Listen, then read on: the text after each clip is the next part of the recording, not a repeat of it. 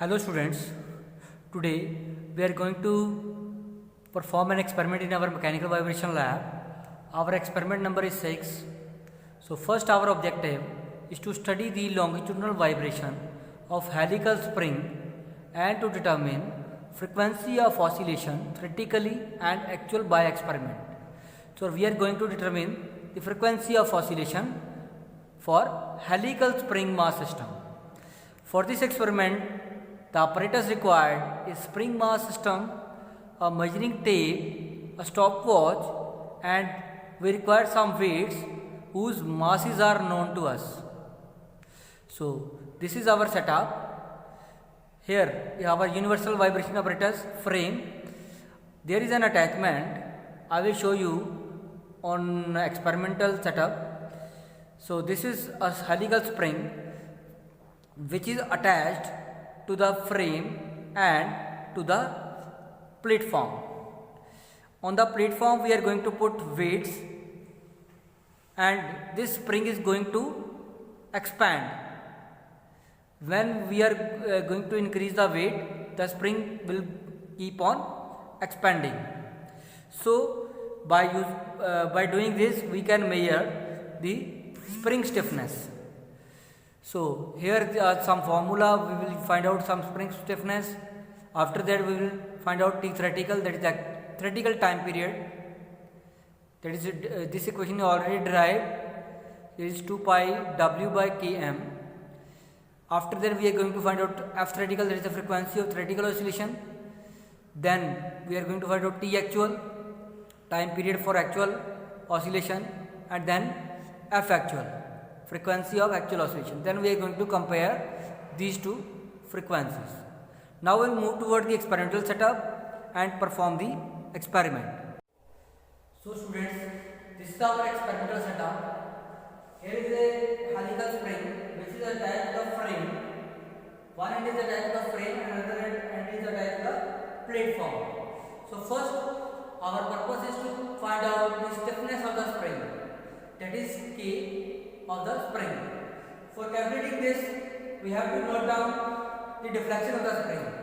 First, I am going to note the deflection of the spring. Length of the spring. The length of the spring came out to be 20 centimeters. Now I am going to put a weight. Weight is 0.5 kg. I am going to put on the platform and noting down the length of the spring. Now the length of the spring came out to be 20.6 mm.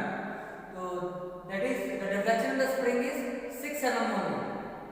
When the weight is 0.5 kg, the deflection is 6 mm.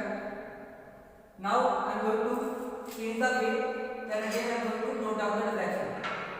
Then I have another weight of 1 kg.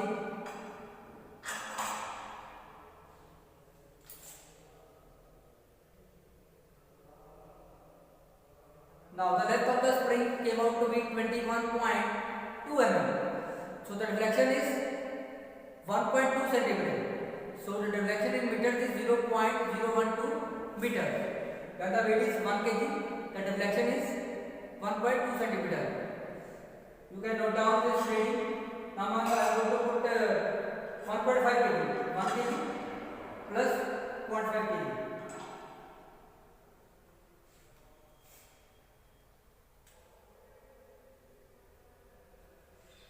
Now the deflection came out to be 1.8 centimeter when the weight is 1.5 kg. So 1.8 centimeter means 0.018 meter. You can note down this. This will help to find out the value of spring stiffness of the spring.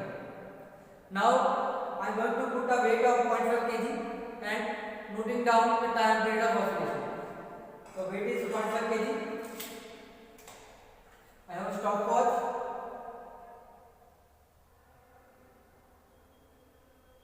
One, two, three, four, five, six, seven, eight, nine, 10. The time period for 10 oscillation came out to be 4.6 seconds. Now I am going to move towards the observation table and perform the calculations.